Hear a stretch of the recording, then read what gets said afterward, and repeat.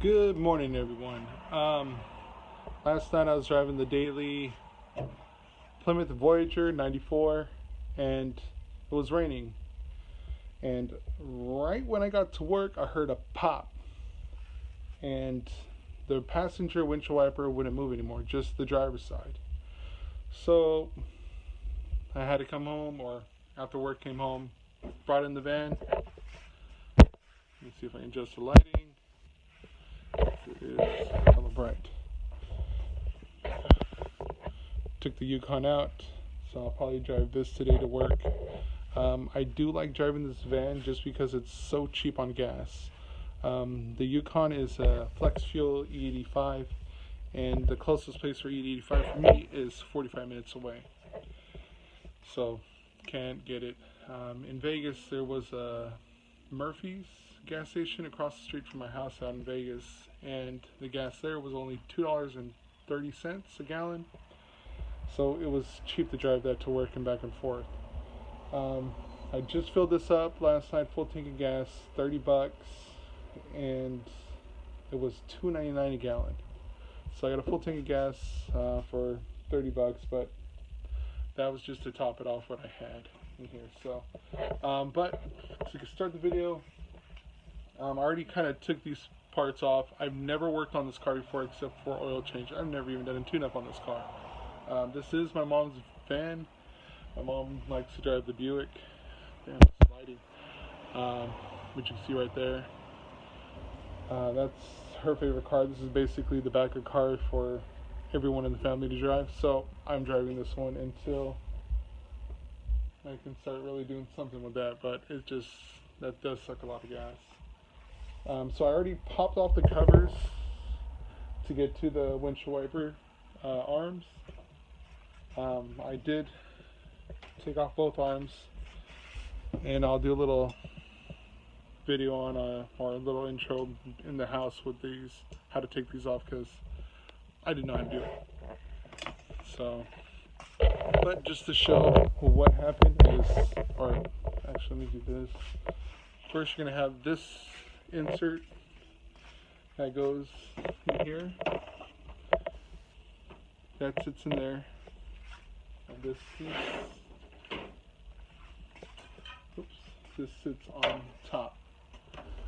So that would sit on top there. So it takes 3 screws on the bottom, and I think it was, how many screws? 2, 4, 5, 2, 3, 4, yes, 5 screws on the upper part. So 3 on the bottom, 5 on top, and this piece pops right off. But like anything, you have to take the windshield wiper arms off first to slide it off, and you got to kind of open up the hood to wiggle it out. And this part came off really easy. It was just kind of like clips. I just kind of wiggled it off and it popped out. So the only thing that was really hard was actually the windshield wipers, taking off the windshield wiper arms. So that sucked. These parts are here to me. Shout out to Randy for letting me borrow his Streamlight. I think it's nice. This part right here, it's very too bright, but it's like real rusted, so I'm gonna clean that up, and the other one there as well in that corner. So that was the hard part, is trying to get those out, like I said. But I'll take those in the house with better lighting, because I don't have a light bar for the hood to shine down on here. But what happened is, let me get this stream light.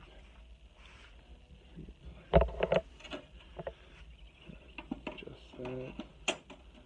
That'll be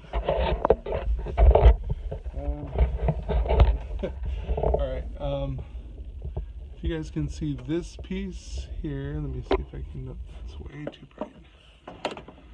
There's a bright light. Let me see if I can get to it. This piece right here came off. So, not sure if you guys can see that. So now this piece right here is just free play now. And what was holding this on was like a C-clip or something. So I'll have to go to pick and pull tomorrow before work and get that piece. So, but that's what that this arm right here hooks up to that piece. So, as you can see, as you can watch all the way.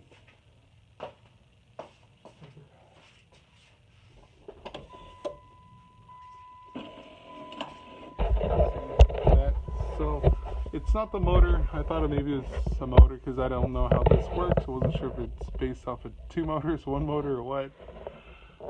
But the arm, so luckily the motor works. I don't want to chance it trying to drive like that with that piece just laying on top, just because it could pop off again, and I'm not trying to damage anything in there. So just to be safe, I'll go to Pick and Pull, get the OEM part for it, put it on there, slap the windshield wipers on, and be good to go. And eventually I'll probably degrease this whole engine and make it look nice. Like I said, this is my mom loves this van. It's a lot of good memories in this van, because I actually, in 8th grade, I used to, I don't do this, I used to steal this van in 8th grade and go mob around town with it, and then come back before my parents woke up.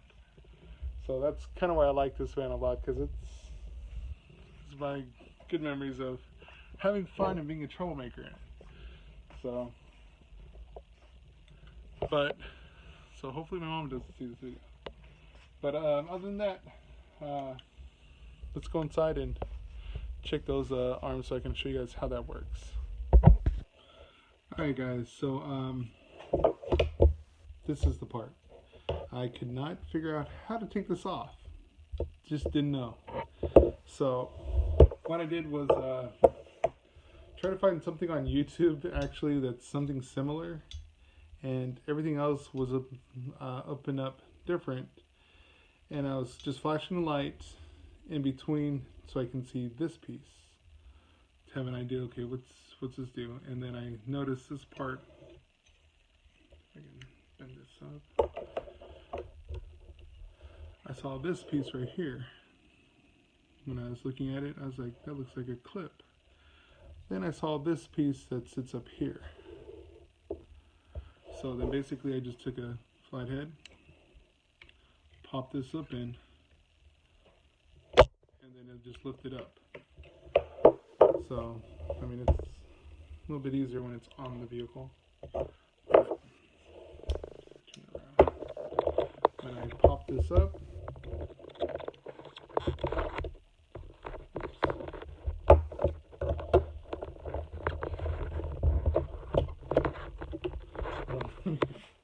straighten this out.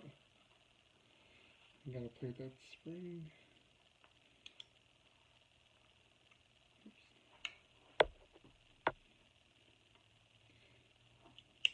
Oh my god. This is not easy when it's not on the car. There we go. Okay. So it pops out. This piece slides out. This part right here hits this piece so it doesn't go down, and then that's the spring. So it's easier when this is connected onto the vehicle compared to what I'm doing now, trying to balance it in with the spring and all. But once you pop this out, I was kind of like not prying it, but swiggling a little bit, because this part was all rusted and it's been sitting in there for who knows how long. We had that van, so I guess since what, 94. So that's exactly how it comes off. So if you do have a 94 Plymouth Voyager and you need to take these off, usually on all my, like my RX-7, my Honda, all you do is just lift this tab up and there's a bolt here, you just unscrew it and it pops off. But I guess on American cars, this is how it's done. So if you have a Plymouth Voyager and you're trying to take these off so you can change out the arms in there or whatever you need to do, just like what I got to fix, that's how you take these off. So when you're looking at it, just pop this down, wiggle it, hold it here if you can, and then just lift up, and it comes right off. It may be a little bit tough to get to because of the rust built up in here, but other than that, that's pretty much how you do it. So tomorrow I'll be going to pick and pull and getting the parts for it, and then I should be good. So there we go. So if you have it, that's how it's done. So alright guys, I'll see you next time. Peace.